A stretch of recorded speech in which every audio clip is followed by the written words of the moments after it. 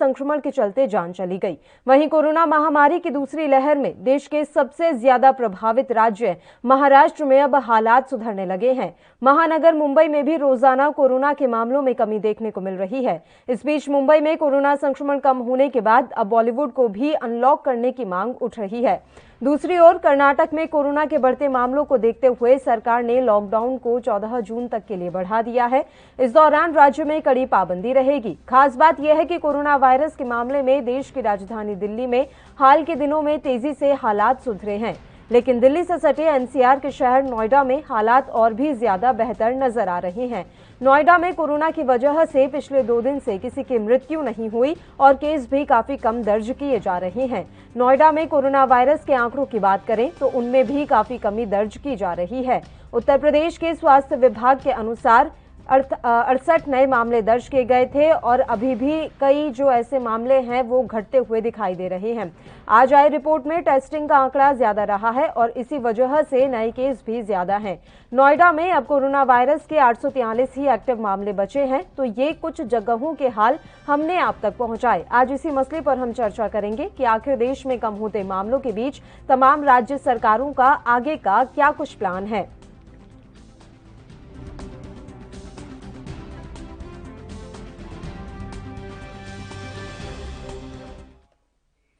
चलिए सबसे पहले अपने संवाददाताओं का हम रुख कर लेते हैं। इस समय 2 जगहों से हमारे संवाददाता लाइव जुड़े हुए हैं। बात राष्ट्रीय राजधानी दिल्ली की हम कर रहे थे, तो दिल्ली से हमारे संवाददाता राजीव तिवारी हमारे साथ जुड़ गए हैं। उसके अलावा देश की आर्थिक राजधानी मुंबई से हमारे संवाददाता सत्यप्रकाश भी इस समय लाइव हमारे साथ जुड़े हुए हैं। सबसे पहले सत्यप्रकाश, आपका रुख करना चाहेंगे। महाराष्ट्र में अब हालात धीरे धीरे सामान्य होते जा रहे हैं। बात मुंबई की कर ले तो यहाँ पर भी अब कोरोना के मामलों में गिरावट देखने को मिल रही है। अब मांग उठ रही है उद्धव सरकार से कि बॉलीवुड को अनलॉक करो। तमाम सेलिब्रिटीज चाह रहे हैं कि अब उनकी जो फिल्म है उनकी शूटिंग शुरू हो जाए, टीवी की शूटिंग शुरू हो जाए। तो क्या लग रहा है आने वाले समय में उद्धव सरकार जल्द ही इस पर कोई फैसला ले सकती है? सत्यप्रकाश जी पल्लवी, देखिए जिस तरह से मुंबई महाराष्ट्र में लगातार कोरोना की रफ्तार अब धीरे धीरे कम पड़ने लगी है, उसको लेकर महाराष्ट्र सरकार से मुंबई महाराष्ट्र को अनलॉक करने की भी जो है आवाज उठने लगी। उसको लेकर महाराष्ट्र सरकार ने आज मीटिंग की। इस मीटिंग में यह बताया गया कि महाराष्ट्र में जिस तरह से 36 जिले हैं उनमें से 18 जिले को अनलॉक कर दिया जाएगा। ये प्रक्रिया कल से शुरू कर दी जाएगी। हालांकि पूरा नेतृत्व जो है महाराष्ट्र सरकार यानी कि उद्धव ठाकरे के नेतृत्व में किया जाएगा, जिसमें यह देखा जाएगा जिन जिलों में कोरोना वायरस की पॉजिटिविटी 5% से कम है उन जिलों को पहले अनलॉक किया जाएगा। वहीं जिस तरह से यह भी बताया गया कि 75% बेड की उपलब्धता को लेकर यह मापन बनाया गया है। इसी ज्ञापन के आधार पर जो है मुंबई महाराष्ट्र को अनलॉक किया जाएगा। फिलहाल अब ये कहा जा सकता है कि पूरी मुंबई आधी अनलॉक हो जाएगी। बिल्कुल, ये जानकारी मिल रही है कि अब मुंबई में भी अनलॉक की जो प्रक्रिया है उसे शुरू किया जाएगा। राजीव, दिल्ली में भी पिछले 24 घंटे का जो आंकड़ा है वो काफी कम दर्ज किया गया है। दिल्ली के हालात सुधर रहे हैं, लेकिन आज भारतीय जनता पार्टी ने एक सनसनीखेज आरोप लगाया है। उनका कहना है कि दिल्ली सरकार मौत के आंकड़े छुपा रही है। राजीव देखिए, बिल्कुल सही कहा आपने। यहाँ पर बात करें दिल्ली सरकार की, तो दिल्ली सरकार निरंतर कहीं ना कहीं कोशिश करती नजर आ रही थी और वो कहीं ना कहीं जो लॉकडाउन किया गया था वो कहीं ना कहीं प्रक्रिया जो थी वो कामयाब होती नजर आई। मगर जिस तरीके से बात करें पिछले 24 घंटे की, तो लगभग 500 से नीचे के करीब आंकड़े हैं, यानी कि 487 आंकड़े हैं जो कोरोना पॉजिटिव के हैं। मरने वालों की बात करें तो उसमें भी कहीं ना कहीं गिरावट आई है, क्योंकि 45 के करीब मरने वालों की संख्या है। मगर जिस तरीके से लगातार दिल्ली सरकार चाहती थी कि वैक्सीन की प्रक्रिया को बढ़ाई जाए और उसी को लेकर कहीं ना कहीं राजनीति भी होती जा रही है, क्योंकि दिल्ली केंद्र सरकार के जो बड़े नेता हैं वो कहीं ना कहीं दिल्ली सरकार के ऊपर आरोप लगा रहे हैं कि दिल्ली सरकार जो है वो आंकड़ों को छुपाने की कोशिश कर रही है। वहीं दिल्ली सरकार की माने तो दिल्ली सरकार भी कहीं ना कहीं वैक्सीन को लेकर भी केंद्र सरकार को घेरती नजर आ रही है और सीधे सीधे कहे तो कहीं ना कहीं दोनों तरफों से राजनीति की जा रही है, क्योंकि अभी तक 18 साल के ऊपर के लोगों के लिए वैक्सीनेशन का जो टीकाकरण था वो कहीं ना कहीं रुका पड़ा है और जनता कहीं ना कहीं दोनों ही सरकारों की तरफ देखती नजर आ रही है, क्योंकि दोनों ही सरकारों से कहीं ना कहीं जनता को ये उम्मीद थी कि वैक्सीनेशन का जो टीकाकरण है वो कहीं ना कहीं ज्यादा से ज्यादा संख्या के अंदर मिल सके। मगर अभी तक टीकाकरण बिल्कुल रुका पड़ा है और इसके लिए दोनों ही सरकारें जिम्मेवार है, चाहे वो केंद्र सरकार हो या फिर राज्य सरकार हो। जी बिल्कुल, वैक्सीनेशन को लेकर तो जो दोनों सरकारें हैं वो जिम्मेदार हैं, लेकिन सवाल ये है क्या वाकई में आंकड़ों की बाजीगरी हो रही है? क्या जितना दिल्ली सरकार आंकड़े दिखा रही है आंकड़े उससे ज्यादा हैं? और ये सिर्फ दिल्ली के लिए नहीं, पूरे देश के लिए राजीव इस समय सवाल बना हुआ है कि मौत के आंकड़े कहीं छिपाए तो नहीं जा रहे राजीव? देखिए, बिल्कुल सही कहा आपने। यहाँ पर बात करें दिल्ली सरकार की, तो दिल्ली सरकार जिस तरीके के आंकड़े दिखा रही है, यानी कि पर डे के जो रोज के आंकड़े दिखाए जाते हैं, उसमें कहीं ना कहीं लगता है कि दिल्ली सरकार कुछ ना कुछ आंकड़े जरूर छुपा रही है। क्योंकि केंद्र सरकार के जो बड़े नेता हैं बीजेपी की तरह, उन्होंने भी कहा कि कहीं ना कहीं टेस्टिंग की प्रक्रिया कम की जा रही है, जिसकी वजह से जो दिल्ली के जो आंकड़े हैं वो कम नजर आ रहे हैं। मगर कहीं ना कहीं एक चीज समझनी होगी कि दिल्ली सरकार हो या फिर केंद्र सरकार हो या फिर कांग्रेस पार्टी हो, तमाम जो मुख्यालय हैं वो दिल्ली के अंदर ही है। अगर आंकड़े छुपाए जाते हैं तो कहीं ना कहीं दिक्कतें भी आएंगी। मगर जिस तरीके से दिल्ली सरकार की कोशिश थी कि वैक्सीनेशन का टीकाकरण करा जाए और ज्यादा से ज्यादा संख्या के अंदर 18 साल से ऊपर के लोगों के लिए भी टीकाकरण मिल सके, और जो 18 साल से नीचे के लोग हैं उनके लिए भी टीकाकरण मिल सके, मगर अभी तक टीकाकरण की जो प्रक्रिया है वो रुकी पड़ी है। और कहीं ना कहीं इसके लिए दोनों ही सरकार जिम्मेवार है, चाहे केंद्र सरकार हो चाहे राज्य सरकार हो, मगर दोनों ही तरफों से एक दूसरे के ऊपर आरोप लगाए जा रहे हैं कि दिल्ली सरकार जिम्मेवार है या फिर केंद्र सरकार जिम्मेवार है। राजनीति जबरदस्त हो रही थी कोरोना को लेकर। सत्यप्रकाश, आपका रुख करना चाहेंगे, अगर उद्धव सरकार फैसला लेती भी है कि ठीक है हम सब कुछ अनलॉक अप कर देते हैं, धीरे धीरे सामान्य स्थिति में हम आ रहे हैं, तो सवाल यह है कि तीसरी लहर के लिए क्या मुंबई तैयार है या पूरा महाराष्ट्र तीसरी लहर के लिए तैयार है? क्या उसको लेकर सरकार ने कोई योजना बनाई है? हर बार हम देख रहे हैं, चाहे वो पहली लहर हो या दूसरी लहर हो, महाराष्ट्र ही सबसे ज्यादा प्रभावित होता है। तो अगर आप अनलॉक का फैसला ले रहे हैं तो तीसरी लहर से निपटने के लिए भी तैयार रहने का फैसला आपको ही लेना होगा। सत्यप्रकाश जी पल्लवी, देखिए जिस तरह से महाराष्ट्र सरकार ने तीसरी लहर से निपटने के लिए चाइल्ड टास्क फोर्स का निर्माण किया है, जिसमें 660 डॉक्टर ऐसे हैं जो कहीं न कहीं फैमिली डॉक्टर है या चिल्ड्रन स्पेशलिस्ट है। ऐसे में उनकी टीमें लगातार जो है रिसर्च कर रही है और लोगों के साथ बैठकर रिहर्सल कर रही है, प्रैक्टिस कर रही है कि किसी भी अनहोनी से निपटा जाए। उसको लेकर महाराष्ट्र सरकार ने कई कोविड हॉस्पिटल भी बनाए हैं, जिनमें खासकर बच्चों के लिए स्पेशल व्यवस्था की गई है। इस तरह की व्यवस्था महाराष्ट्र सरकार ने कर ली है। वहीं दूसरी तरफ तीसरी लहर को देखते हुए महाराष्ट्र सरकार ने मुंबई को 15 जून तक एक बार फिर से लॉकडाउन में डाल दिया है। लिहाजा महाराष्ट्र सरकार ने पहले भी कहा था कि अगर स्थिति सामान्य रही तो लॉक जो 15 तारीख तक लॉक है उसको अनलॉक किया जा सकता है, लेकिन तमाम पाबंदियां अभी भी जारी रहेगी। लेकिन जिस तरह से पर्यटन मंत्री ने साफ तौर पे कहा है कि आने वाले समय में मुंबई को अनलॉक करना बेहद जरूरी है, क्योंकि मुंबई महाराष्ट्र की आर्थिक स्थिति लगातार बिगड़ती जा रही है। उसी तरह से आज जो है जिस तरह से महाराष्ट्र में 36 जिले हैं उनमें 18 जिलों को अनलॉक करने का फैसला लिया गया। इनमें तमाम जो पाबंदियां लगाई गई थी उनमें विचार किया जाएगा कि किस तरह से किन जिलों में। लेकर भी अभी सिचुएशन क्लियर नहीं है सत्यप्रकाश, वहां पर वैक्सीनेशन कहां सही ढंग से हो पाया है। अगर हम 18+ वालों की बात करें तो उनको तो मुझे लग रहा है कि ज्यादा वैक्सीन मिल ही नहीं पाई। देखिए पल्लवी, ये सही बात है कि महाराष्ट्र सरकार ने 18 से 44 साल के लोगों की जो शुरुआत में कही थी उनको वैक्सीनेशन जल्द से जल्द कर दिया जाएगा, लेकिन वैक्सीन की उपलब्धता नहीं होने के कारण आज भी कई वैक्सीन सेंटर जो है बंद पड़े हुए हैं। ऐसे में लगातार जो 18 से 44 साल के लोग हैं उनकी उम्मीदें लगातार महाराष्ट्र सरकार से बधी हुई है। हालांकि महाराष्ट्र सरकार डेली रोजाना इस तरह के दावे करती है कि केंद्र सरकार उनका पूरा सहयोग नहीं कर रही है, लेकिन जिस तरह से महाराष्ट्र सरकार ने पिछले दौर में कहा था कि 12 करोड़ वैक्सीन खरीद कर मुंबई करों को देगी जिनकी उम्र 18 से 44 साल की है। ऐसे में अब लोगों को कहीं न कहीं महाराष्ट्र सरकार से उम्मीद बची है कि महाराष्ट्र सरकार इस पे आखिरी मुहर कब लगाएगी। राजीव, ब्लैक फंगस को लेकर क्या स्थिति है दिल्ली में? अगर कोरोना के केसेस घट रहे हैं तो ब्लैक फंगस के भी तो बढ़ रहे हैं। क्या इस पर सरकार का ध्यान नहीं है या फिर इस बात की खुशी मनाने में इस समय सरकार और प्रशासन लगे हुए हैं कि कोरोना के मामले कम हो गए?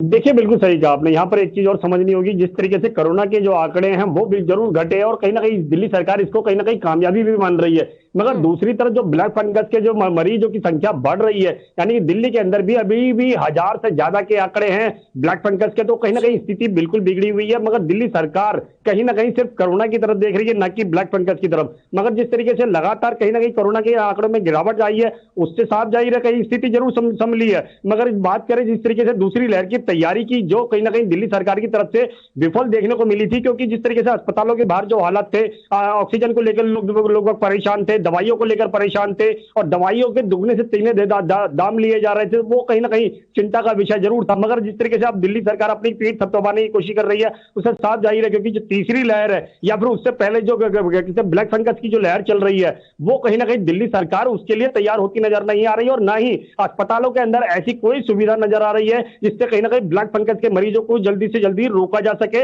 या जो उनकी रफ्तार है उसको रोका जा सके। मगर दिल्ली सरकार यहां पर भी विफल नजर आ रही है और कहीं ना कहीं शायद देर से जागने के बाद ही कुछ कदम उठाए जाएंगे दिल्ली सरकार के द्वारा भी और शायद केंद्र सरकार के द्वारा भी। तीसरी लहर में ये आशंका जताई जा रही है राजीव कि बच्चे सबसे ज्यादा प्रभावित होंगे। अभी तक हमने एक ही ऐसा कोविड सेंटर देखा है जहां बच्चों के लिए व्यवस्था की गई है। क्या एक ही कोविड सेंटर से काम चल जाएगा? क्या अभी भी समय रहते सरकार नहीं जागेगी कि अगर तीसरी लहर आती है और बच्चे संक्रमित होते हैं तो उस हिसाब से तैयारी हम अभी से करके रखें? देखिए बिल्कुल सही कहा आपने, यहाँ पर एक दिल्ली सरकार की भूमिका जरूर बनती है क्योंकि जिस तरीके से दूसरी लहर में उन्होंने लापरवाही की थी और कहीं ना कहीं स्थिति को कंट्रोल करने की कोशिश की थी, वो कंट्रोल नहीं हुई और आउट ऑफ कंट्रोल होने के बाद में दिल्ली सरकार बहुत देर से जागी थी। मगर बात करें तीसरी लहर की, तो तीसरी लहर में भी लगता यही है कि दिल्ली सरकार अभी भी तैयार नहीं है और कहीं ना कहीं जो तैयारी होनी चाहिए थी, क्योंकि जिस तरीके से बेडों की संख्या बढ़ानी चाहिए थी वो भी नहीं बढ़ाई गई। मगर एक कोविड सेंटर यानी कि एक बच्चों के लिए कोविड सेंटर बना दिया गया है, सिर्फ उसी से कहीं ना कहीं काम चलाने की कोशिश की जाएगी।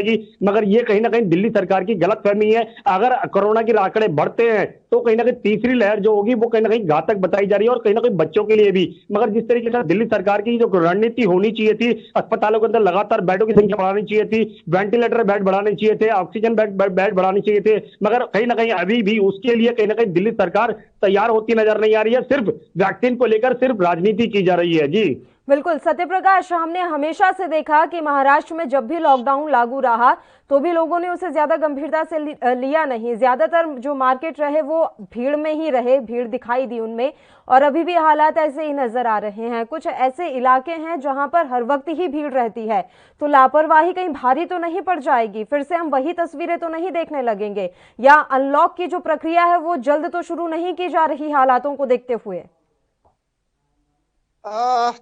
जी पल्लवी, देखिए जिस तरह से महाराष्ट्र सरकार ने महाराष्ट्र में जिन 18 जिलों को अनलॉक करने का फैसला लिया है, उन जिलों में सबसे बड़ा बात यह है कि ऐसे 2 पैमाने रखे गए हैं जिनको जो है आंकने के बाद ही अनलॉक किया जाएगा। पहला पैमाना है कि 5% पॉजिटिविटी रेट कम होगा, उसको अनलॉक किया जाएगा। दूसरा पैमाना है कि 75% बेड की उपलब्धता के बाद उस जिले को अनलॉक किया जाएगा। वहीं दूसरी बात यह भी कहा गया है कि हर हफ्ते महाराष्ट्र सरकार की एक टीम उसका निरीक्षण करेगी, उस जिले में किस तरह से पाबंदियां बढ़ानी है या घटानी है, उसको लेकर भी निर्णय किया जाएगा। ऐसे में यह भी कहा गया है कि 5 लेवल रहेगा, जो 5 लेवल के बाद जो पूरी महाराष्ट्र को अनलॉक किया जाएगा। पहले लेवल में जिन 18 जिलों का नाम आया है उनको जो है महाराष्ट्र सरकार की एक टीम जो है निरीक्षण करेगी, उसके बाद अनलॉक की प्रक्रिया शुरू करेगी। तो तमाम इस तरह के जो है गाइडलाइन बनाए गए हैं जिसके साथ महाराष्ट्र के 18 जिलों को अनलॉक किया जाएगा। बाकी 18 जिले अभी भी लॉकडाउन में ही रहेंगे। बिल्कुल, अभी भी 18 जिले लॉकडाउन में ही रहेंगे और 18 जिलों में अनलॉक की प्रक्रिया शुरू की जाएगी। सही जानकारी यहां आपने दी है सत्यप्रकाश।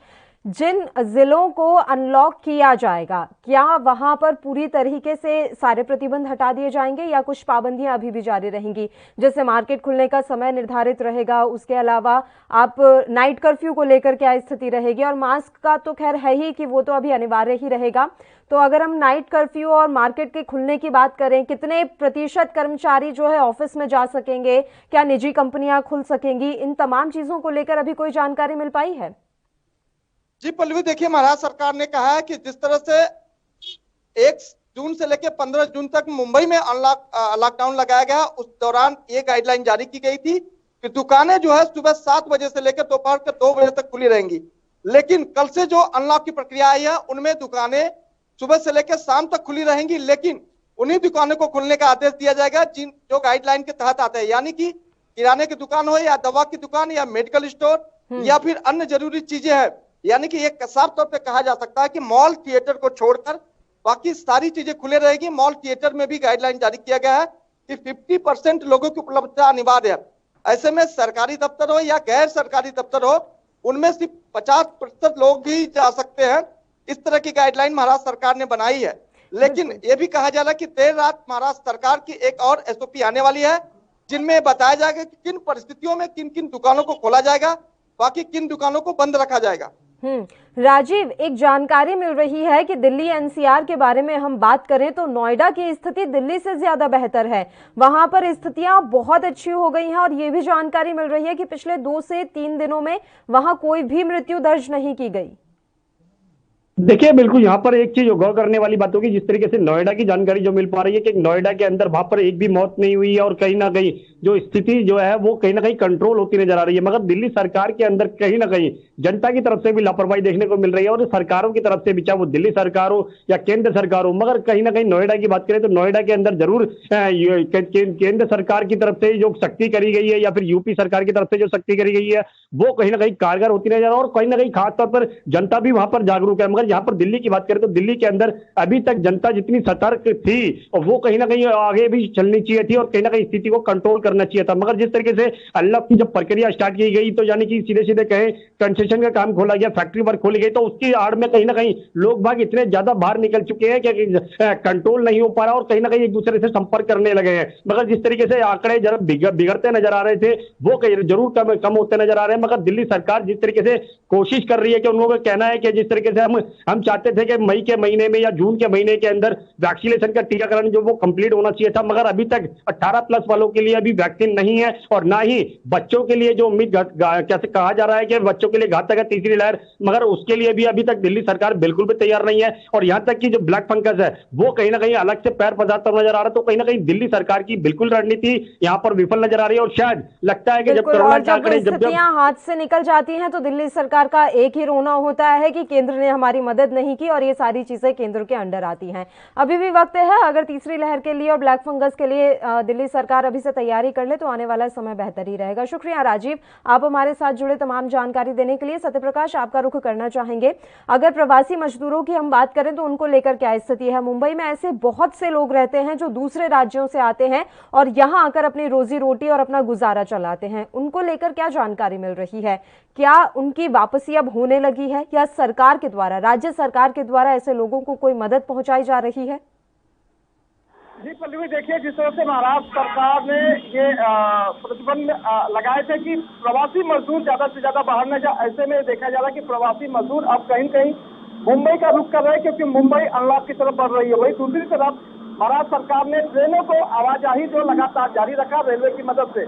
ऐसे में एक अहम बात, महाराष्ट्र सरकार ने एक फैसला जरूर लिया है लेकिन अब तक वो फैसला सिर्फ पेपर पे है। महाराष्ट्र सरकार ने घोषणा की थी तो जो ऑटो रिक्शा चालक है जिनका परमिट है उनको 1500 रुपए हर महीने दिए जाएंगे, लेकिन अब तक ये सारी बातें सिर्फ पेपर पर हुई है। अब तक ये देखा जा रहा है कि महाराष्ट्र सरकार के द्वारा जो गाइडलाइन जारी की गई है या घोषणा की गई है वो पेपरों पर रह गई है। अभी तक किसी भी ऑटो रिक्शा वालों को 1500 रुपए उनके अकाउंट में आए नहीं है।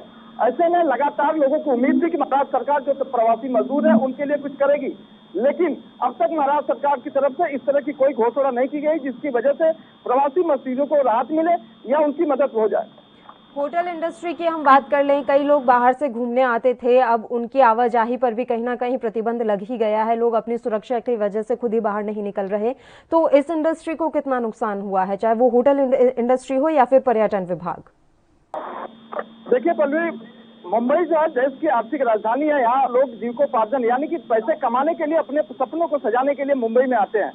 इस स्थिति में अगर मुंबई में जिस तरह से देर रात, यूं कहें तो पूरी रात होटल चलते हैं, लेकिन ये लॉकडाउन में पिछले 1.5 साल से होटल बंद है, तो जाहिर तौर पर होटल कारोबारियों के लिए काफी बड़ा झटका है, काफी बड़ा नुकसान है। लेकिन एक और आम बताते चले पल्लवी आपको, मुंबई को जो अनलॉक करने की प्रक्रिया है वो लेवल 2 पे रखी गई है, यानी कि कल से मुंबई नहीं खुलेगी।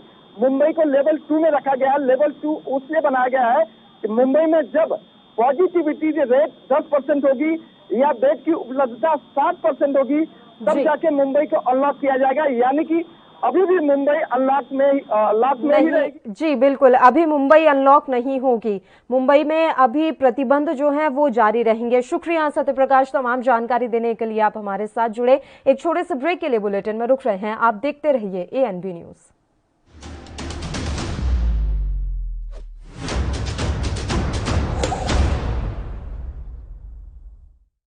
ਕੋਰੋਨਾ ਵਾਇਰਸ ਨੂੰ ਅਸੀਂ ਤਾਂ ਹੀ ਹਰਾ ਸਕਦੇ ਹਾਂ ਜੇਕਰ ਅਸੀਂ ਆਪਣੇ ਵੱਧ ਤੋਂ ਵੱਧ ਟੈਸਟ ਕਰਵਾਵਾਂਗੇ ਤੇ ਵੈਕਸੀਨੇਸ਼ਨ ਲਗਵਾਵਾਂਗੇ। जैसे थोनू कोई थोड़ी बीमारी भी लगे, थोनू लगे कि मैनू मेरी छाती च दर्द है या मैनू खांसी हो गई या मैनू जुकाम हो गया या मेरा बदन दर्द है, तुसी वेट ना करो, टेस्ट कराओ। पंजाब सरकार वालों कोरोना वायरस नाल नजिठण लई पंजाब दे पिंडां विच वैक्सीनेशन ड्राइव चलाई गई है तां जो 18 साल तो उपर दे सारे लोग जल्द तो जल्द अपनी वैक्सीनेशन करवा सकन। पूरे पंजाब दे पिंडां लई कोविड टेस्टिंग केंद्र स्थापित किए गए ने। जेकर ਤੁਹਾਨੂੰ बुखार जुकाम ਜਿਹੇ ਲੱਛਣ ਮਹਿਸੂਸ ਹੁੰਦੇ ਹਨ ਤਾਂ ਤੁਰੰਤ ਆਪਣਾ ਕੋਰੋਨਾ ਵਾਇਰਸ ਦਾ ਟੈਸਟ ਕਰਵਾਓ। ਕੋਰੋਨਾ ਸੰਬੰਧੀ ਜਾਣਕਾਰੀ ਲਈ 104 ਹੈਲਪਲਾਈਨ ਤੇ ਕਾਲ ਕਰੋ। तो ਤੁਸੀਂ ਪਲੀਜ਼ ਇਸ ਗੱਲ ਤੋਂ ਹੁਣ ਮੇਰੀ ਗੱਲ ਮੰਨੋ ਕਿ ਆਪਾਂ ਪੰਜਾਬ ਨੂੰ ਬਚਾਉਣਾ ਹੈ, ਆਪਣੇ ਪਰਿਵਾਰਾਂ ਨੂੰ ਬਚਾਉਣਾ ਹੈ, ਆਪਣੇ ਪਿੰਡ ਨੂੰ ਬਚਾਉਣਾ ਹੈ, ਤੁਸੀਂ ਆਪਣੇ ਮੁਹੱਲਿਆਂ ਨੂੰ ਬਚਾਉਣਾ ਹੈ। ਤੁਸੀਂ ਜੋ ਦੱਸਿਆ ਡਾਕਟਰਾਂ ਨੇ ਕਰੋ। ਹਿਦਾਇਤਾਂ ਦੀ ਪਾਲਣਾ ਕਰਕੇ ਆਓ ਮਿਲ ਕੇ ਕਰੀਏ ਕੋਰੋਨਾ ਤੇ ਫਤਿਹ। यही है साडा मिशन फतेह। कम ब्रेक।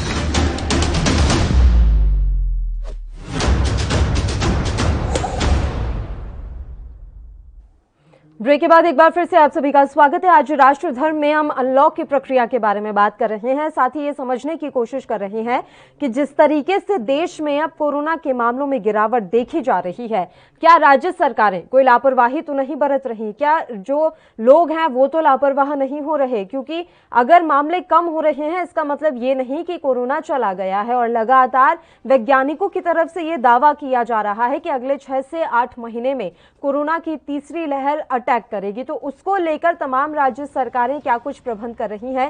क्या हम पहले से इतने जागरूक हैं? और क्या ये संभव हो सकता है कि कोरोना की तीसरी लहर हमारे देश में आ ही ना?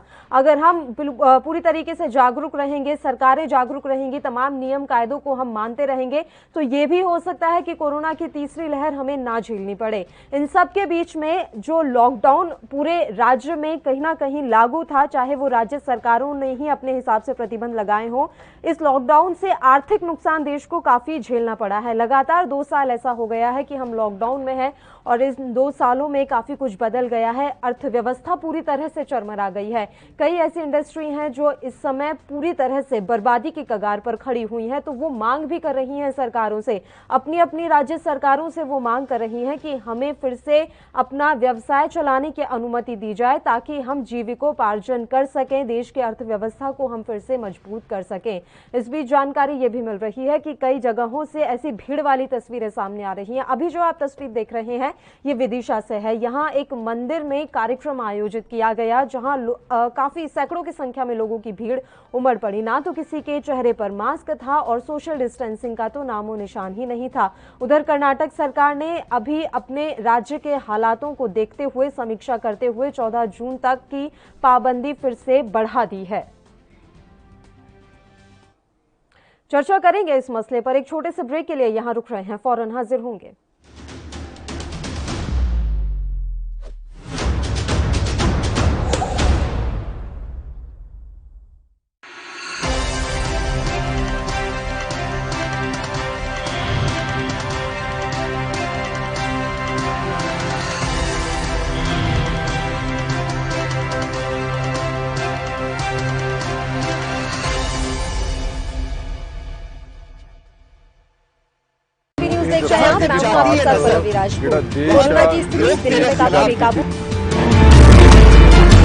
खबरनामा, खबर से असर तक शाम 5 बजे सिर्फ ANB न्यूज पर। वैक्सीन जरूर करानी है। तुसी थोड़ी एंटीबॉडीज ਵਧਾਉਣੇ ਨੇ। ਜਦੋਂ ਤੁਹਾਡੇ ਐਂਟੀਬਾਡੀਜ਼ ਵਧਣਗੇ ਉਹ ਐਂਟੀਬਾਡੀਜ਼ ਨੇ ਜਿਹੜੇ ਕੋਰੋਨਾ ਦੇ ਨਾਲ ਜੰਗ ਲੜ ਸਕਦੀ ਹੈ ਤੁਹਾਡੇ ਬਾਡੀਜ਼ ਦੇ ਵਿੱਚ। ਇਹ ਤੁਹਾਨੂੰ ਕਰਾਉਣਾ ਚਾਹੀਦਾ ਹੈ। ਤੁਹਾਨੂੰ ਉਹ ਡਾਕਟਰ ਜੋ ਪਹਿਲੇ ਦਿਨ ਤੋਂ ਕਹਿ ਰਹੇ ਨੇ ਮਾਸਕ ਨਹੀਂ ਭੁੱਲਣਾ। ਅਗਰ ਕਿਸੇ ਨੂੰ ਕੋਵਿਡ ਹੋ ਵੀ ਚੁੱਕਿਆ ਉਹਨੂੰ ਵੀ ਦੇਖੋ ਕਿ ਮਾਸਕ ਪਹਿਨੇ, ਕਿਉਂਕਿ ਸਟ੍ਰੇਨਸ ਬਦਲਦੇ। ਇਹ ਜਿਹੜੇ ਸਟ੍ਰੇਨ ਨੇ ਨਾ ਕੋਰੋਨਾ ਦੇ, ਇਹਨਾਂ ਦੀ ਮਿਊਟੈਂਟਸ ਬਣ ਜਾਂਦੇ ਨੇ। ਇਸ ਕਰਕੇ ਤੁਸੀਂ ਉਹ ਜੋ ਬੇਸਿਕ ਚੀਜ਼ਾਂ ਨੇ, ਮਾਸਕ ਪਹਿਨਣਾ, ਹੱਥ ਧੋਣੇ, सोशल डिस्टेंसिंग रखनी ये जरूरी है। ਤੁਹਾਨੂੰ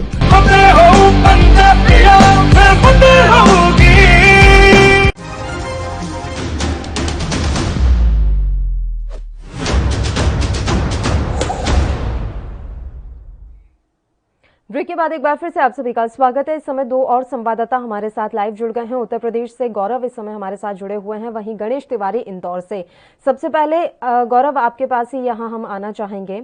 उत्तर प्रदेश में अब कोरोना के मामले लगातार तेजी से कम हो रहे हैं, लेकिन सवाल यह है, क्या तीसरी लहर के लिए यूपी तैयार है? क्या उसको ध्यान में रखते हुए सरकार काम कर रही है?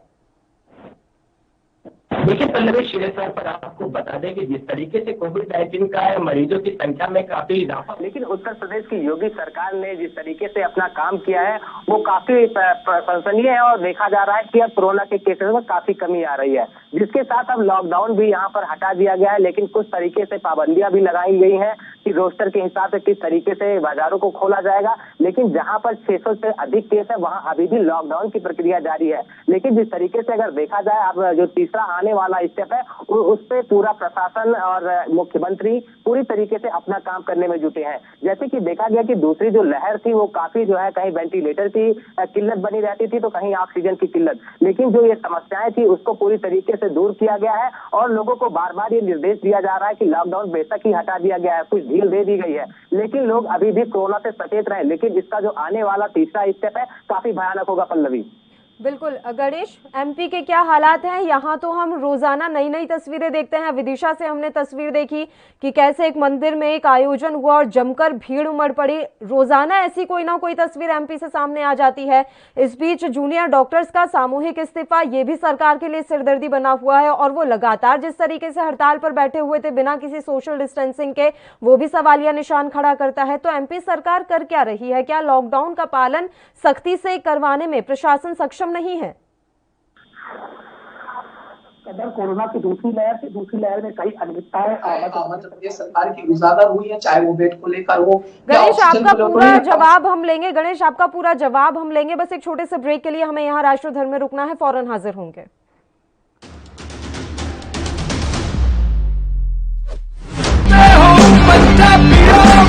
रूरल कोरोना वॉलंटियर्स कह के एक 7 ਬੰਦਿਆਂ ਦਾ ਗਰੁੱਪ ਹਰ ਪਿੰਡ ਦੇ ਵਿੱਚ ਬਣਾਇਆ ਜਾਏ। ਉਹ 7 ਮੈਂਬਰ ਦਾ ਗਰੁੱਪ ਆਪਣੇ ਪਿੰਡਾਂ ਦੇ ਵਿੱਚ ਘੁੰਮੇ ਔਰ ਇਹਦੇ ਵਿੱਚ ਉਹਨਾਂ ਨੂੰ ਐਮਫਸਾਈਜ਼ ਕਰਨਾ ਚਾਹੀਦਾ ਹੈ, ਟੈਸਟ ਕਰੋ जैसे मैं ਤੁਹਾਨੂੰ ਦੱਸਿਆ। ਜਿੱਥੇ ਫਿਰ ਅਗਰ ਕੋਈ ਪੋਜ਼ਿਟਿਵ ਨਿਕਲਿਆ ਉਹ ਕਿਹਨੂੰ ਮਿਲਿਆ ਉਹਨੂੰ ਟ੍ਰੇਸ ਕਰੋ ਕਿ ਜਾ ਕੇ ਦੇਖੋ ਕਿ ਕਿਹਨੂੰ ਮਿਲਿਆ, ਉਹਨੂੰ ਵੀ ਟੈਸਟ ਕਰੋ ਔਰ ਫਿਰ ਜਿਹੜੇ ਕੋਵਿਡ ਪੋਜ਼ਿਟਿਵ ਨੇ ट्रीट करो। 3 T's, 3 T's, test, trace and treat. ये चीज़ां अगर आप कर सकिए तो तुसी देखो ये अपने पिंड और मोहल्ले कंट्रोल आ सकती है।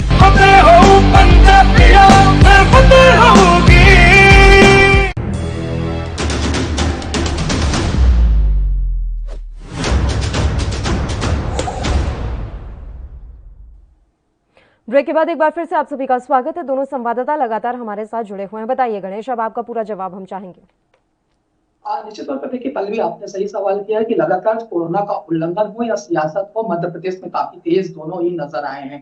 बात करें अगर देश की, जब से अनलॉक हुआ है उसके बाद हालांकि अब प्रशासन लगातार जो अनलॉक के बाद भी सख्ती कर रहा है, बगैर जो मास्क के हैं या फिर कहीं भी सोशल डिस्टेंसिंग नहीं दिख रही है, ऐसे उन लोगों के खिलाफ लगातार कार्रवाई कर रही है, लेकिन कहीं ना कहीं विफलताएं भी नजर आ रही है। पूर्व की बात करें, कोरोना की दूसरी लहर भी हमने देखी है मध्य प्रदेश में किस कदर कोरोना की दूसरी लहर से भयावहता की तस्वीरें सामने आई, मौतों का मंजर सामने आया। कब्रिस्तान और शमशान घाटों पर लोगों की लंबी लंबी लाइनें देखने को मिली। लगातार वहां पर काफी जो शमशान घाट के कब्रिस्तान के वहां पर लाशों का ढेर लग रहा था। तो कई अनियमितताएं देखने को सामने आई। सियासत भी काफी कुछ देखने को आई भाजपा और कांग्रेस की तरफ से। लगातार कांग्रेस की बात करें तो लगातार सरकार पर, जो प्रदेश सरकार है उस पर हमलावर रही, तमाम अनियमितताओं को लेकर सवाल उठाए। तो लगातार ऐसी तस्वीरें सामने आई। और एक बार फिर आपने, जैसा विदिशा का भी आपने सवाल किया, वहां पर एक मंदिर पे काफी लोग जो है हुजूम सा लग गया मंदिर पर। तो एक तरह से कह सकते हैं लोग अभी भी बेपरवाह नजर आ रहे हैं, जबकि कोरोना की तीसरी लहर की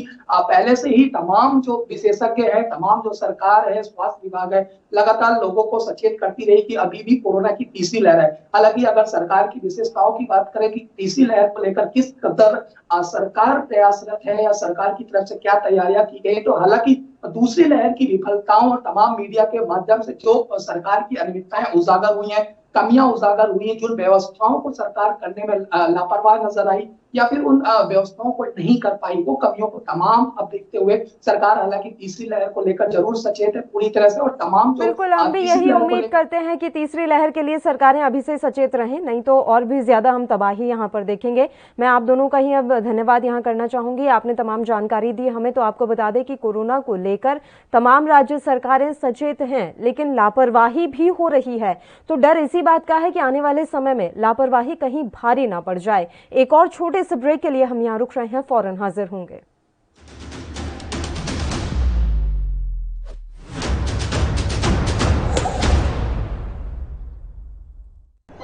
यात्रीगण कृपया ध्यान दें, ANB express news on wheels Tata sky, Airtel, Facebook page, Instagram, Jio TV, Google play, YouTube और ऐप स्टोर पर रात 9 बजे ANB न्यूज पर आ रही है। धन्यवाद।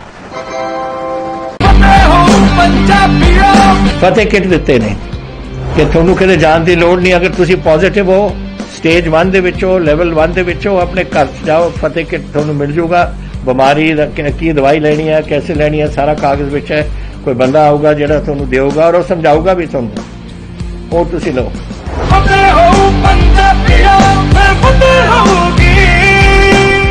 कम ब्रेक और ज्यादा खबरों के साथ देखिए ANB news in channel number पर।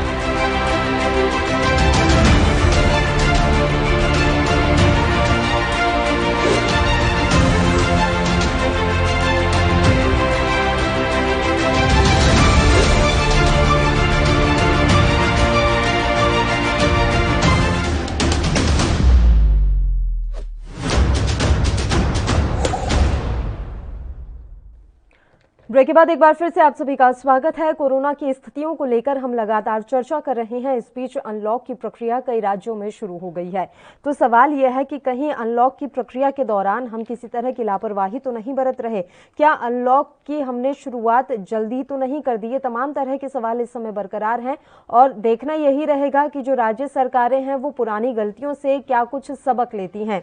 तो अनलॉक की प्रक्रिया अब देश में धीरे धीरे से शुरू होने लगी है, क्योंकि इस बार केंद्र ने अपने हाथ में नहीं रखा था, राज्य सरकारों को ही जिम्मेदारी सौंप दी थी कि आप अपने हिसाब से देखिए कि आपको कब लॉकडाउन लगाना है, कब अनलॉक शुरू करना है। तो हर राज्य की जो सरकार है वो अपने हिसाब से निर्णय ले रही है। बात जैसे हम कर्नाटक की सरकार की कर लें तो आज कर्नाटक की सरकार ने फिर से लॉकडाउन को एक्सटेंड कर दिया है।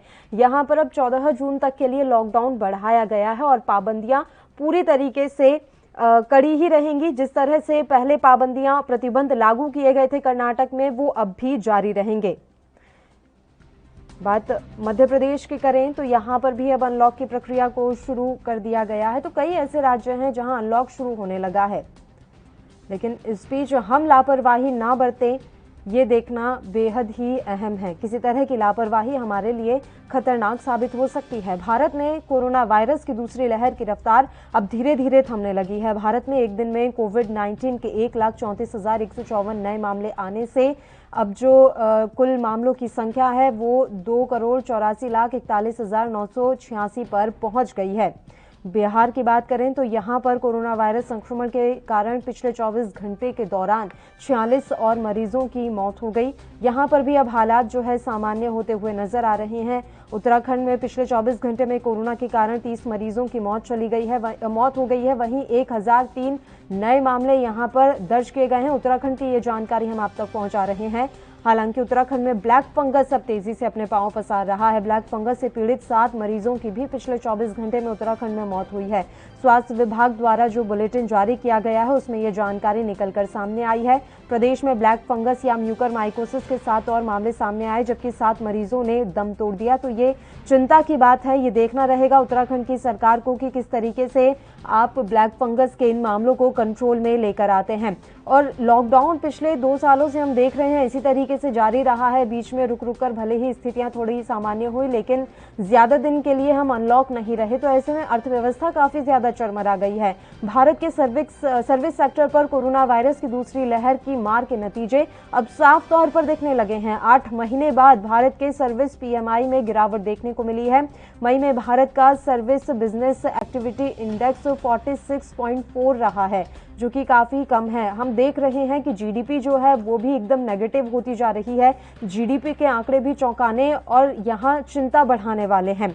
जीडीपी और पीएमआई के आंकड़ों ने बता दिया है कि कोरोना ने कैसे पहले से ही नीचे गिर रही अर्थव्यवस्था को और भी ज्यादा नुकसान पहुंचाया है। हालांकि जो हम आंकड़ा अभी आपको बता रहे हैं वो अप्रैल 2020 से मार्च 2021 तक का है, लेकिन कोरोना की दूसरी लहर ने अप्रैल और मई में कहर दिखाया था, इसलिए दूसरी लहर का भी असर आगे देखने को मिल सकता है। तो ये साफ है कि कोरोना के कारण हमारी देश की अर्थव्यवस्था पूरी तरीके से चरमरा गई है। इसलिए अनलॉक की प्रक्रिया अब तमाम राज्य शुरू कर रहे हैं ताकि डूबती हुई अर्थव्यवस्था को थोड़ा तो सहारा मिले, थोड़ा तो हम ठीक हों।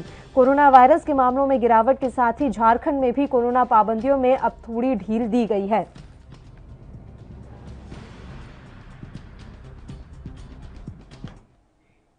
चलिए अब इस मसले पर चर्चा की शुरुआत कर लेते हैं। दो मेहमान इस समय हमारे साथ लाइव जुड़ गए हैं। कांग्रेस से केवल ढींगरा जी इस समय हमारे साथ जुड़े हुए हैं, वहीं संदीप त्यागी जी भारतीय जनता पार्टी से। दोनों ही मेहमानों का स्वागत करती हूं एएनबी न्यूज पर। संदीप जी, शुरुआत आपके साथ। केंद्र में आपकी सत्ता है, तो मैं आपका एक ओपिनियन यहां पर चाहूंगी। क्या वाकई में ऐसा तो नहीं है कि अनलॉक की प्रक्रिया शुरू करने में हम थोड़ी जल्दबाजी कर रहे हैं? ये हम मान रहे हैं कि कोरोना के जो आंकड़े हैं वो दिन ब दिन गिर रहे हैं, लेकिन हालात सामान्य नहीं हुए हैं और लोगों की लापरवाही अभी से देखने को मिल रही है। संदीप जी, मैं बताना चाहता हूँ पल्लवी जी, जल्दी नहीं है। देखो, एक तरफ कोरोना की महामारी से जो वैश्विक आपदा आई देश उससे भी पूरा विश्व जूझ रहा है, दूसरी तरफ कोरोना के केस जब हल्के हुए हैं, कम पड़े हैं, तो इससे लोगों की आर्थिक स्थिति पे ना ज्यादा संकट आए, क्योंकि पहले से ही संकट आया हुआ है, तो उससे ज्यादा ना संकट आए, इसलिए थोड़ी सी चिंता करते हुए थोड़ा धीरे धीरे अनलॉक की प्रक्रिया करी गई है। ऐसा नहीं है पूरे तरीके से अनलॉक कर दिया गया है, लेकिन धीरे धीरे उसको अनलॉक किया जा रहा है। केवल ढींगरा जी, आपसे भी यही सवाल रहेगा कि अनलॉक की जो प्रक्रिया है, क्या वो अभी थोड़ा रुककर शुरू की जानी थी या फिर जो हो रहा है सही समय पर हो रहा है? नहीं, देखिए, ये बड़ा गंभीर सवाल है और सभी इसके गंभीरता को अगर देखते हुए अगर हम ये सोचें कि आज हम अनलॉक कर रहे हैं, ये बात ठीक है, क्योंकि ऑलरेडी जो पिछले 3 महीने जो थे वो लॉकडाउन करने के साथ ऐसी स्थिति हो गई देश की कि अर्थव्यवस्था जो है वो धरातल पे जा रही है डे बाय डे, लेकिन हम जो है कई चीजों के सुधार नहीं कर पा रहे हैं। आप उसमें अगर देखें, इसके साथ साथ हमें लोगों की अर्थव्यवस्था सुधार करने के लिए पेट्रोल डीजल के जो टैक्स ले रहे हैं हम 200%, उसको कम करना चाहिए। सेंट्रल टैक्स करीबन 180% के करीब है, उसको कम करना चाहिए। दूसरा, लोगों के खाते में पैसा डालना चाहिए कि लोग अपनी खरीदारी कर पाए। उनके लिए लोगों के लिए कुछ प्रावधान करना चाहिए था कि अमाउंट का, अगर आप बिजली, पानी, दूसरी प्रॉपर्टी टैक्स, दूसरी चीजें, हर चीज ले रहे हैं लोगों से, तो उनको उसमें से रिलैक्सेशन करनी चाहिए थी, जो कि नहीं की। अभी ऐसी स्थिति है, लोगों के पास पैसा नहीं है और लोग भूख से, दूसरी चीज से बहुत आहत है। और दूसरी बात ये भी है कि जिनका घर का सदस्य कोई मृत्यु प्राप्त हो जाती है तो उसको लकड़ी जलाने के लिए तक के लिए पैसे नहीं है। कोई आदमी हॉस्पिटलाइज्ड हो जाता है, उसको दवाई के लिए पैसा नहीं है। किसी को इंजेक्शन लगता है तो उसमें कालाबाजारी हो रही है। तो इस वजह से आम आदमी को बहुत बड़ा जो है सदमा लगा हुआ है और भुगतना पड़ रहा है। चाहे केस कम हो गए, लेकिन बहुत सारे ऐसे लोग हैं जो हॉस्पिटलों में एडमिट है, उन लोगों के लिए कोई व्यवस्था नहीं है। जिन लोगों के बिजनेस उजड़ गए, उनका बिजनेस खत्म हो रहा है, उनके पास कोई काम धंधा नहीं है, उनके पास सिस्टम नहीं है, उनके पास रोटी खाने को नहीं है, उनकी बहुत बुरी हालत है। तो मैं ये समझता हूं कि इस समय देश बहुत गर्त में गया हुआ है।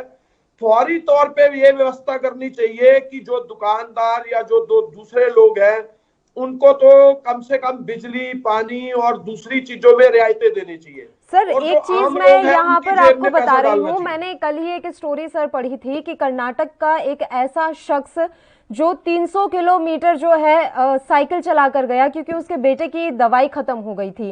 तो हालात ये हैं कि अब लोग अपने पैसे से गाड़ी भी नहीं कर पा रहे हैं। वो 300 किलोमीटर उसने तपती दोपहरी में जो है साइकिल चलाई है। तो हालात अब आप समझिए कहां तक पहुंच गए हैं। उसके पास निजी गाड़ी बुक करने के पैसे नहीं थे और पब्लिक ट्रांसपोर्ट इस समय कर्नाटक में चल नहीं रहे। तो हालात इतने खराब यहां पर होते जा रहे हैं ढींगरा जी। सवाल यही है कि इन हालातों से हम निपटेंगे कैसे। बस एक छोटे से ब्रेक के लिए मैं यहां रुक रही हूं, फौरन हाजिर होंगे।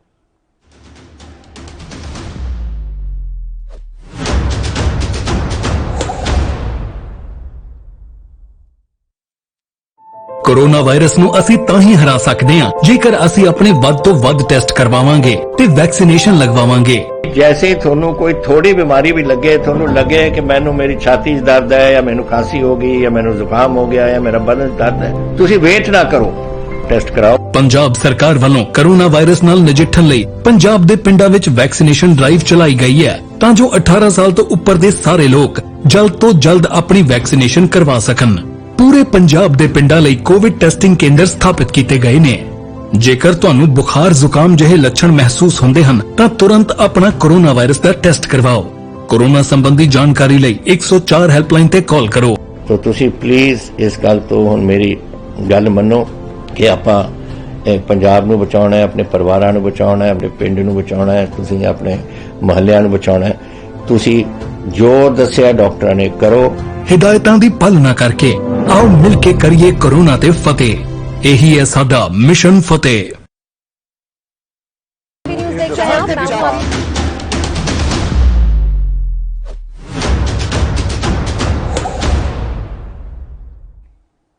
ब्रेक के बाद एक बार फिर से आप सभी का स्वागत है। ढींगरा जी आपके पास ही आना चाहेंगे। तो मैं जो आपको एक किस्सा सुना रही थी सर कि इस तरह के हालात बने हुए हैं तो अभी भी अगर हम अनलॉक नहीं शुरू करेंगे तो लोगों के पास क्या बचेगा। सवाल बहुत गंभीर है ये। बिल्कुल मैं आपकी बात से सहमत हूं, अनलॉक करना जरूरी भी है, लेकिन मैं आपको ये साथ साथ कहना चाहता हूं गरीब की जेब में पैसा डालने की बहुत बड़ी जरूरत है। दुकानदार के बिजली पानी फ्री करना बहुत बड़ी जरूरत है। आम लोगों के जिनकी जेब से पैसा खत्म हो चुका है उनकी जेब में पैसा डालने की रियायत देनी बड़ी जरूरी है। दवाई और दूसरी चीजें फ्री करने की बड़ी ज्यादा जरूरत है। यहाँ हम फंस गए हैं, सारी तरफ से हमें मार पड़ रही है और जिस तरह से पेट्रोल और डीजल की मार भी आम लोगों को पड़ रही है उनको जीना दूभर हो चुका है। आपको ये बताना चाहूंगा आज जो इतनी बॉडीज जो आपको बहती हुई जो नदियों में मिल रही हैं या नदियों के नीचे दफनाई जा रही हैं, उसका रीजन भी यही है कि लोगों की जेब के अंदर पैसा नहीं है और लोग जो है उस बॉडीज को ऐसे ही पानी के अंदर बहा देते हैं, उनको ऐसे ही दफना देते हैं और ये हमारे हिंदुओं की बॉडीज को दफनाया जा रहा है। ये बहुत ही बड़ा दुखद प्रश्न है और दुखद वाक्य है और दुखद ही बात है। अगर हम किसी को कुछ उसमें रियायत देंगे, किसी को कुछ पैसा जेब में डालेंगे तो वो आदमी फिर भी अपना इलाज करवा पाएगा। अगर किसी की मृत्यु हो जाती है तो उसको कम से कम जला पाएगा, उसके साथ न्याय होगा, अन्याय नहीं होगा जो अभी आज तक हो रहा है। तो ये विषय के ऊपर जरूर चर्चा होनी चाहिए और इसमें भारतीय जनता पार्टी की सरकार को ऊपर से लेकर नीचे तक सभी लोगों को सोचना चाहिए और स्टेटों को ये अमाउंट डिस्ट्रीब्यूट करनी चाहिए। सेंटर को अपने हाथ से कुछ पैसा छोड़ना चाहिए कि लोग जो है अपनी जीवन यापन सिस्टम को चला सके। बिल्कुल संदीप त्यागी जी, सवाल आपसे यही रहेगा कि राज्यों की मदद के लिए केंद्र किस तरीके से आगे आ रही है और जो उन्होंने यहाँ सुझाव दिया है कि अब आपको गरीबों को कैश देना ही पड़ेगा तब जाकर स्थितियां ठीक होगी और व्यापारियों को भी कहीं ना कहीं राहत देने की अब बहुत ज्यादा जरूरत है। सवाल यही है संदीप जी। बस एक छोटे से ब्रेक के लिए मैं यहाँ रुक रही हूँ, फौरन हाजिर होंगे।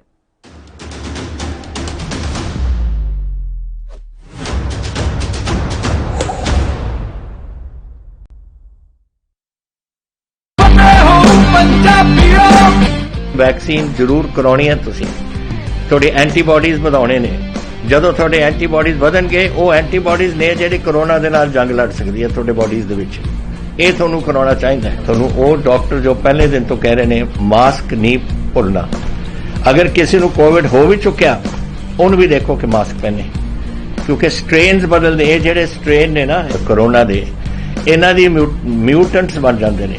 ਇਸ ਕਰਕੇ ਤੁਸੀਂ ਉਹ ਜੋ ਬੇਸਿਕ ਚੀਜ਼ਾਂ ਨੇ मास्क पहनना, हाथ धोने, सोशल डिस्टेंसिंग रखनी ये जरूरी है। ਤੁਹਾਨੂੰ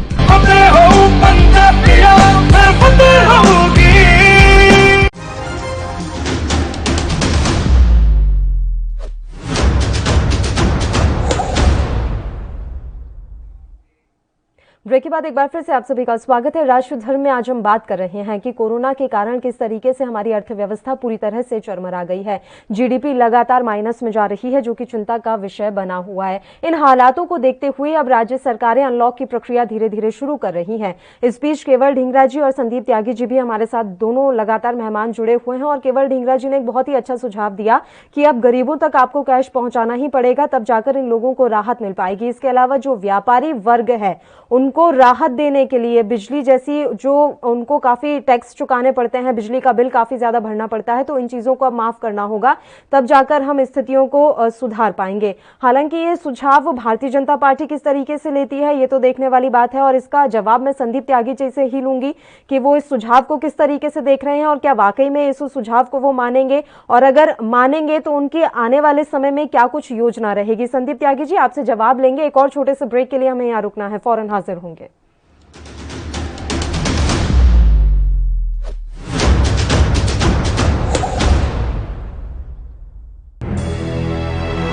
लखनऊ से लेकर चंडीगढ़ तक, मुंबई से लेकर रायपुर तक, क्या है राजनीति की हलचल, क्या है समाज का मिजाज।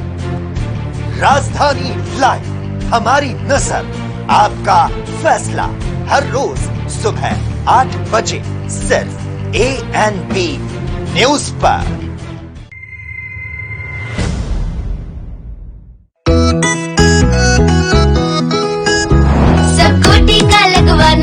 कोरोना को हराना है, टीके की सुरक्षा अपना कर सुरक्षा चक्र बनाना है।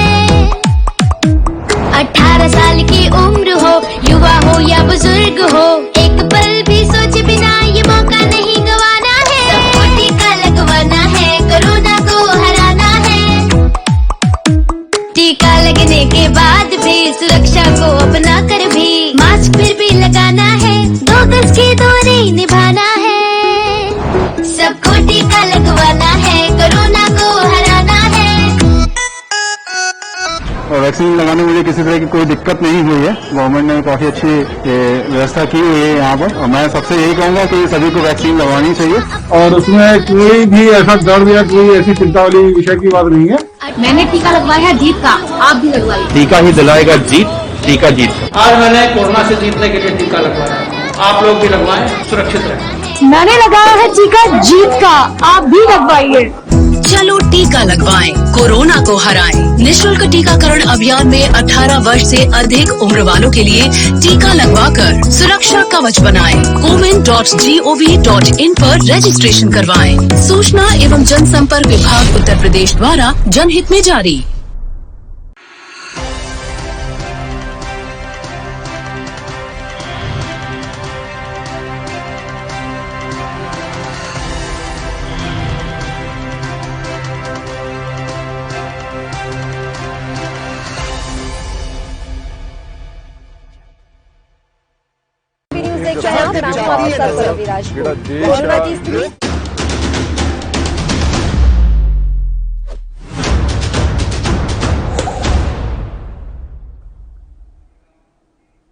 ब्रेक के बाद एक बार फिर से आप सभी का स्वागत है। दोनों मेहमानों का रुख कर लेते हैं। बताइए संदीप त्यागी जी, ब्रेक पर जाने से पहले मैंने सवाल किया था कि ढींगरा साहब के सुझावों को आप किस तरीके से देख रहे हैं। मैं बताना चाहता हूँ ढींगरा जी, भाजपा शासित राज्य सरकारें हैं, सरकारों ने जमीन पर इन नियमों को पहले से लागू कर दिया है। रेडी वालों को 1000 रुपए महीना देने का काम कर रही है, गरीब लोगों को पैसे का काम कर रहे हैं। वहीं हमारी उत्तर प्रदेश की सरकार ने इस बार बिजली के दामों को नहीं बढ़ाया है। तो मैं बताना चाहता हूँ कांग्रेस के नेता आदरणीय ढींगरा जी को कि वो अपनी प्रदेश की सरकारों को सुझाव दें कि जो राजस्थान की सरकार बिजली के बिलों को बढ़ाने की बात कर रही है, देश को गुमराह करने के बजाय देश को, ठीक है आपने कहा आपके सुझाव अच्छे हैं, लेकिन देश को गुमराह करने के बजाय उसमें वहां मैसेज ऐसा दें कि जिससे पूरा देश देख सके कि आपकी सरकारें क्या नीति लागू कर रही हैं।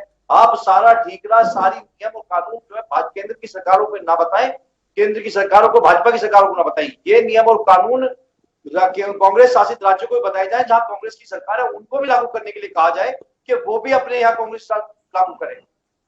नहीं तो वो कह रहे हैं ना कि केंद्र सरकार की तरफ से ही तो अमाउंट जारी किया जाएगा, केंद्र सरकार राज्य सरकारों को मदद पहुंचाए तब तो राज्य सरकारें अपने यहाँ जो अभी लोग हैं उनको मदद दे पाएगी, चाहे वो गरीब तबके के हों या फिर व्यवसायी हों। सबसे पहले केंद्र सरकार तो मदद पहुंचाए। और ढींगरा जी बोले या ना बोले, लेकिन लगातार ये बात भी कही जाती रही है कि जीएसटी का बकाया तो अभी तक आपने दिया नहीं। मेरी बात सुनिए पल्लवी, अगर सारा काम केंद्र की सरकारें करेंगी तो राज्य सरकारें क्या करेंगी? राज्य सरकारों की तो कुछ जिम्मेदारी अपनी होती है, नैतिक जिम्मेदारी उनकी भी तो होती है। जो वो सरकार के मुखिया है, सरकार के मुख्यमंत्री है, तो उनको भी तो कुछ देश के प्रति, अपने राज्य के प्रति कुछ ना कुछ करना होगा, राज्य की जनता के लिए करना होगा। क्या उत्तर प्रदेश के योगी आदित्यनाथ ने क्या केंद्र की सरकार की तरफ झांकने का प्रयास किया? क्या उनसे उम्मीद करी? उन्होंने अपने आप नियम और कानून बनाने का काम किया, उन्होंने अपनी तरफ से देने का काम किया। इसी प्रकार जो केंद्र, जो कांग्रेस की राज्य सरकारें हैं, वो भी अपने तरीके से नियमों को लागू करने का काम करें। सारे ठीकरे देश को गुमराह करने का काम ना करें, बजाय देश को गुमराह करने के काम करने का काम करें। मैं पहले भी आपके चैनल के माध्यम से बता चुका हूं, ये समय राजनीति करने का नहीं है, ये समय लोगों के साथ खड़े होने का है, ये उनकी जनभावनाओं से जुड़ने का समय है। ये इस समय राजनीति करने का समय नहीं। इनके नेता ट्विटर पर राजनीति करते हैं, पूरी कांग्रेस ट्विटर पर राजनीति करती है, फेसबुक पर राजनीति करती है, जमीन पर आकर काम करने का काम नहीं करते हैं ये लोग। ये जमीन से रूबरू नहीं होना चाहते, ये लोग सिर्फ ट्विटर पर रूबरू होना चाहते हैं। केवल ढींगरा जी, मुफ्त में कफन ही देती है आपकी सरकारें या फिर बिजली, पानी और जो मदद पहुंचाई जानी चाहिए वो भी देती है?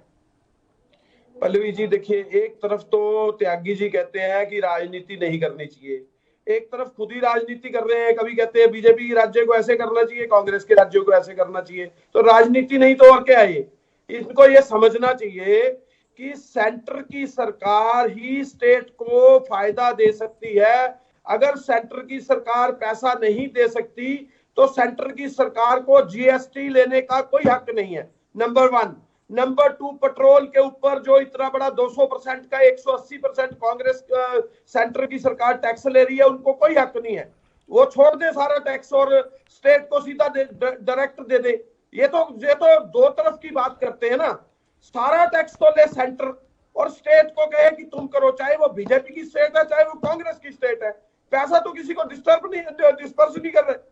आप ये देखिए, जीएसटी का पैसा कब से डिस्पर्स नहीं हुआ? पिछले साल के अप्रैल से लेके और अब तक एक किस्त, दो किस्त करके थोड़ा सा पैसा इसमें भी बड़ा कश्मकश की स्थिति है। केवल ढींगरा जी, आप लोग हमेशा ये बात कहते हैं कि जीएसटी का बकाया अभी तक दिया नहीं गया। अब मैं भारतीय जनता पार्टी के प्रवक्ता से पूछूंगी तो वो कहेंगे कि हमने तो डेटा भी जारी कर दिया है, सभी राज्यों को उनके जीएसटी का बकाया दिया जा चुका है। पल्लवी जी, यही तो विडंबना है इस बात की। मैं आपको ये कह रहा हूं कि उसमें किस्त दी गई है, उस किस्त के अंदर आप स्टेट की सैलरी भी नहीं दे सकते। ये बड़े बड़े दावे मोदी जी कहते थे हम 5 ट्रिलियन की इकोनॉमी बनाएंगे, अभी तक 2.5 ट्रिलियन पे, 3.25 ट्रिलियन पे क्यों बैठे हुए गए थे ढींगरा जी? तब कोरोना नहीं आया था ना, उन्हें पता नहीं था कि कोविड-19 जैसा कुछ आने वाला है।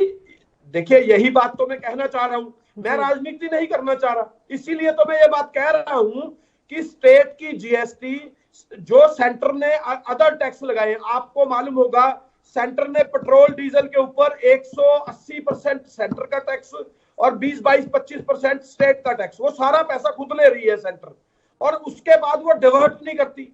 दूसरी बात, विस्की और दूसरी चीजों के ऊपर, शराब और सिगरेट के ऊपर 70% टैक्स लिया जा रहा है, वो सेंटर अपने पास रखती है, वो उसको डिवर्ट नहीं करती है। स्टेट के टैक्स को स्टेट में वापस नहीं दिया जा रहा, इसलिए स्टेट के आदमी स्टेट की चलाने में असक्षम है, क्योंकि सैलरी देनी होती है पूरे स्टेट के एम्प्लॉइज को, तो वही नहीं दे पा रहे। तो इसमें सबसे बड़ी बात यह है कि सेंटर ने जो बजट बनाया वो सारा बजट फेल होता हुआ दिख रहा है। तभी हमारी जीडीपी -7.3% जो है अभी आई है, और जो देश की जो अर्थव्यवस्था है वो ध्वस्त हो चुकी है। तो इन हालातों से निपटने के लिए तो अब ये ठीक ही लग रहा है सर कि धीरे धीरे अनलॉक की जो प्रक्रिया है वो नियम कायदों के साथ जारी रखी जाए, ताकि व्यवसाय दोबारा सुचारू रूप से चलने लगे, आदान प्रदान हो सके चीजों का, तब जाकर हालात सामान्य होंगे। हालांकि समय बहुत लगेगा, ये तो हम भी जानते हैं, और हमें ये भी देखना है कि कोरोना की तीसरी लहर के आने की भी आशंका है। पल्लवी जी, आपकी बात बिल्कुल सही है, हो सकता है तीसरी लहर भी आए, लेकिन इसके साथ साथ मैं आपको एक और चीज कहना चाहता हूं। देश के अंदर सबसे ज्यादा काम जो सारे देशों ने किया वो वैक्सीन लगाने का किया, तो ये क्यों वैक्सीन खरीद नहीं रहे और वैक्सीन को स्टेट के हवाले कर रहे हैं और स्टेट को भी रोक लगा रहे हैं कि हमसे पूछ के नहीं खरीदेंगे। ये ऐसे क्यों मापदंड कर रही है सरकार? सेंटर की सरकार ने 35,000 करोड़ रुपया जब मेडिसिन के लिए रखा तो वो क्यों, किस काम के लिए रखा, उसको यूज क्यों नहीं कर रहे? और अभी तक दवाई सीरम इंस्टीट्यूट से 150 रुपए का इंजेक्शन की बात हुई थी, उसको खरीदा क्यों नहीं गया, उनको पैसा क्यों नहीं दिया गया? सीरम इंस्टीट्यूट के मालिक ने ये क्यों कहा कि जब तक पैसा नहीं भेजेंगे हम दवाई नहीं देंगे? यहाँ पे आके बहुत बड़ा पेच है, बहुत बड़ा विषय है। और 35,000 करोड़ रुपया ऊंट के मुंह में जीरा है, उससे मेडिसिन नहीं परचेज हो सकती, क्योंकि ऑलरेडी ऑक्सीजन के सिलेंडर जो है वो फैक्ट्रियां, जो आपको याद होगा जिस तरह से अदर इंडस्ट्रियों से ऑक्सीजन उठाई जा रही है, उससे फंगस फैल रहा है, उनके जो सिलेंडर्स हैं वो गंदे हैं, उसकी वजह से जो फंगस जो है वो लोगों के अंदर जा रहा है और ऑक्सीजन जो मात्रा में फंगस भी बढ़ रहा है। आप खुद ही अपनी उसको छुपाने के लिए, गलती को छुपाने के लिए और गलती करते जा रहे हैं। नहीं सर, ये ब्लैक फंगस फैलने का ये दावा तो मैं आपसे ही सुन रही हूँ और किसी ने खैर ऐसा कोई दावा किया नहीं है। ब्लैक फंगस फैलने का तो अपना मैंने तो मीडिया में कुछ कहना चाह रहे हैं सर संदीप त्यागी जी, एक बार उनकी भी बात लोग अलग यूनिवर्सिटी से पढ़े हुए लोग हैं तो इसी तरीके की बयानबाजी करेंगे। इनको मतलब पता नहीं है किस तरीके से ब्लैक फंगस फैल रहा है। मतलब साइंटिस्ट जो है, वैज्ञानिक जो है, ये विज्ञान इनके नेता और ये कांग्रेस की सरकार है, कांग्रेस के नेता लगातार वैज्ञानिकों का अपमान करते हैं, विज्ञान का अपमान करते आए हैं।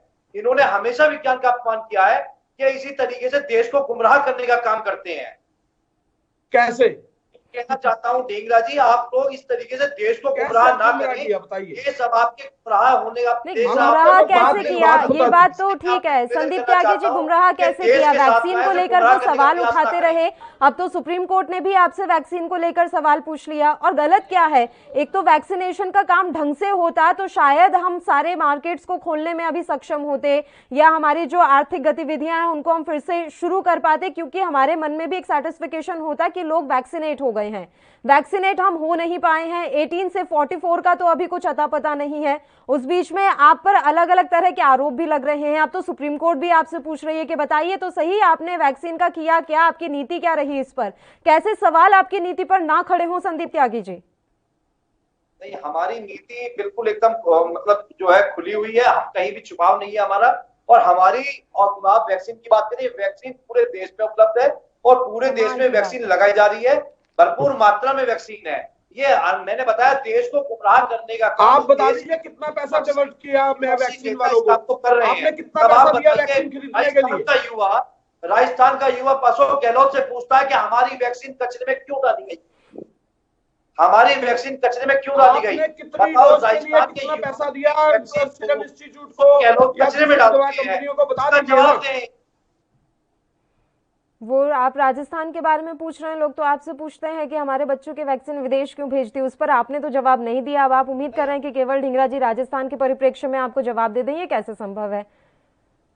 जी बताइए ढींगरा जी, फटाफट बात रख लीजिए सर, समय की कमी है। इसका रॉ मटेरियल किया तो हमारी डील है, उस डील के अकॉर्डिंग हमने ये तय हुआ था कि हमें वो वैक्सीन देनी थी। उस डील के अकॉर्डिंग, उस नियम और कानून के अकॉर्डिंग वहां वैक्सीन दी गई है, वहां वैक्सीन दी गई। दूसरी बात, मदद के तौर पे हमारी मदद अमेरिका भी की है, हमारी मदद ब्रिटेन ने भी की है। बिल्कुल सर, मदद पहुंच रही है, ये बहुत अच्छी बात है, लेकिन नीति उतनी मजबूत नहीं रही। इन चीजों को अगर आप स्वीकार करेंगे तो भविष्य के लिए अच्छी योजना तैयार कर पाएंगे। समय की कमी है इसलिए मैं रोक रही हूँ। आप दोनों ही मेहमानों का शुक्रिया अदा करना चाहूंगी, तमाम चर्चा करने के लिए आप हमारे साथ जुड़े। इसी के साथ राष्ट्रधर्म में भी फिलहाल के लिए इतना ही। मुझे दीजिए इजाजत। देश और प्रदेश की तमाम ताजा और अहम खबरों के लिए आप देखते रहिए ANB न्यूज। नमस्कार।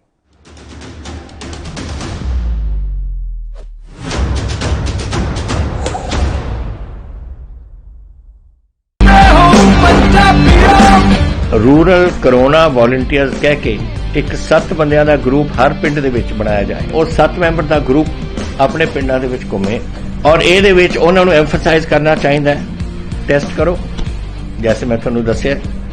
ਜਿੱਥੇ ਫਿਰ ਅਗਰ ਕੋਈ ਪੋਜ਼ਿਟਿਵ ਨਿਕਲਿਆ ਉਹ ਕਿਹਨੂੰ ਮਿਲਿਆ ਉਹਨੂੰ ਟ੍ਰੇਸ ਕਰੋ, ਕਿ ਜਾ ਕੇ ਦੇਖੋ ਕਿ ਕਿਹਨੂੰ ਮਿਲਿਆ ਉਹਨੂੰ ਵੀ ਟੈਸਟ ਕਰੋ।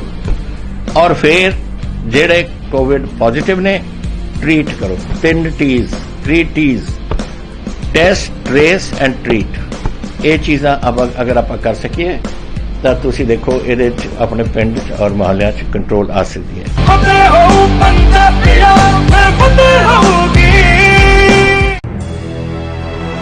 लखनऊ से लेकर चंडीगढ़ तक, मुंबई से लेकर रायपुर तक, क्या है राजनीति की हलचल, क्या है समाज का मिजाज,